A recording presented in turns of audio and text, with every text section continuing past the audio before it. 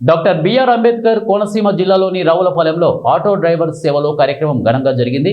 ఈ కార్యక్రమంలో కొత్తపేట ఎమ్మెల్యే బండారు సత్యానందరావు పాల్గొని స్వయంగా ఆటో నడిపి ఆటో డ్రైవర్లను ఉత్సాహపరిచారు. ఈ సందర్భంగా ఎమ్మెల్యే బండారు మాట్లాడుతూ ఆటో డ్రైవర్లకు అండగా నిలిచే కూటమి ప్రభుత్వం అనేక సంక్షేమ కార్యక్రమాలు చేపట్టిందని తెలిపారు.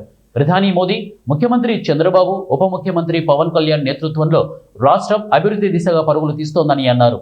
ఇప్పటికే సూపర్ 6 పథకాలు ప్రజల్లో సూపర్ హిట్ అయ్యాయని, పింఛన్ మొత్తాన్ని కేవలం 5 నిమిషాల్లోనే 1000 రూపాయలు పెంచిన ఘనత కూటమి ప్రభుత్వందని వారు తెలిపారు. పెన్షన్లు ఇస్తున్నారు, 3000 4000 చేశారు, 5 ఏళ్ళు పెంచలే, 5 నిమిషాల్లో పెంచాడని గవర్నమెంట్లోకి వచ్చాక.